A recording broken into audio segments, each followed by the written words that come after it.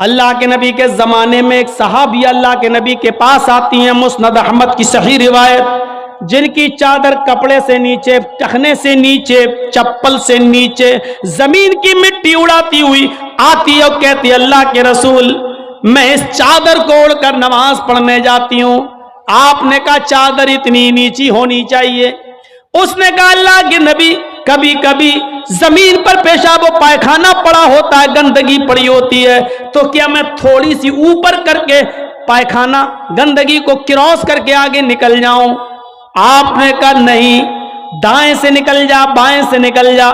کہنے لگی دائیں بھی مرد بیٹھے ہوتے ہیں، بائیں بھی مرد بیٹھے ہوتے ہیں، مجھے اسی گندگی کے اوپر سے نکلنا ہے۔ اے اللہ کے رسول اجازت دے دیجئے، میں تھوڑا سا اوپر کر لوں اور نکل جاؤں، اس کے بعد نیچے کر لوں گا، جب گندگی کو کراس کر لوں گی تو چادر میں نیچے کر لوں گی۔ اللہ کے نبی کہتے ہیں اگر مرد دائیں بیٹھے ہیں، بائیں بیٹھے ہیں، تو تو اسی گندگی کے اوپر سے نکل جا۔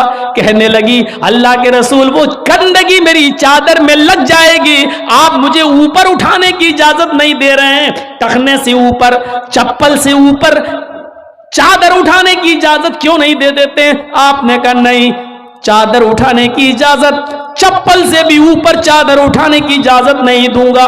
کہا اللہ کے رسول پھر اس چادر میں پیشاب و پائخانہ لگ جائے گا۔ آپ نے کہا لگ جانے دے۔ کہنے لگی اے اللہ کے رسول اسی چادر کو تو اوڑھ کر میں نماز پڑھتی ہوں مسجد میں، جب اوپر عورتوں کا الگ انتظام ہوتا ہے یا پردے میں عورتوں کا انتظام ہوتا ہے تو میں اسی چادر کو اوڑھے اوڑھے نماز پڑھتی ہوں۔ آپ نے کہا اسی چادر کو اوڑھ کر نماز پڑھ لے۔ کہنے لگی اس میں پیشاب و پائخانہ لگ جائے گا، کیا اسی اور چادر کو اوڑھ کر نماز پڑھ لوں؟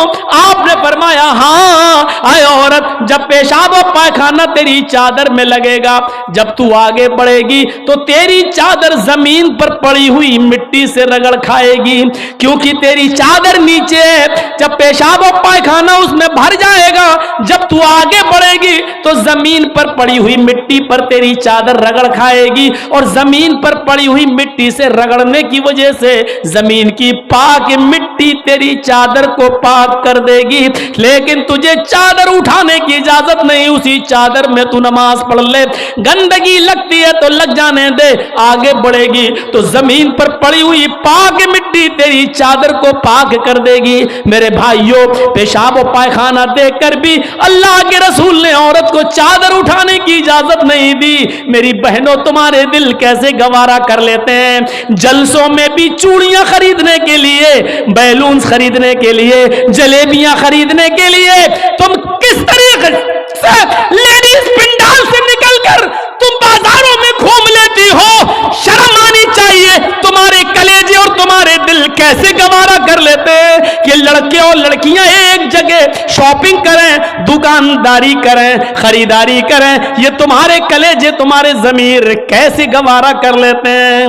جبکہ اللہ کے نبی فرماتے ہیں لا یخلون رجل بامرأۃ الا کان ثالثہما الشیطان، کوئی مرد کسی عورت سے تنہائی میں نہ ملے، کوئی مرد کسی عورت سے اکیلے میں نہ ملے کہ اس میں تیسرا شیطان ہوتا ہے، اس میں تیسرا بہکانے والا شیطان ہوتا ہے۔ میرے بھائیوں اسلام کا قانون یہی ہے، اسلام کا نظام یہی ہے۔ ایک عورت، اس کا شوہر مر چکا ہے، عورت کے پاس بہت زیادہ پیسہ ہے، وہ حج کرنا جانا چاہتی ہے، شوہر انتقال کر گیا، اب عورت اکیلے حج کرنے نہیں جا سکتی ہے، جبکہ مستطیع ہے، صاحب استطاعت ہے، حج کرنے جانا چاہتی ہے، اچھا کام کرنے جانا چاہتی ہے۔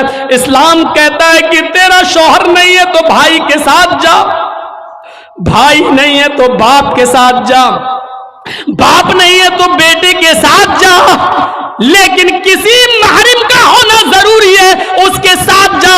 چیخ کر عورت کہتی ہے کوئی نہیں ہے، میرے پاس دولت ہے۔ اللہ کے نبی کہتے ہیں پھر دولت سنبھال کر اپنے پاس رکھ، اگر تیرا بھائی نہیں ہے، بیٹا نہیں ہے، شوہر نہیں ہے، باپ نہیں ہے، کوئی محرم نہیں ہے تو تو اکیلے حج کرنے نہیں جا سکتی ہے۔ نہیں، اے اللہ کے نبی، میرا پڑوس میں بڑا اچھا نیک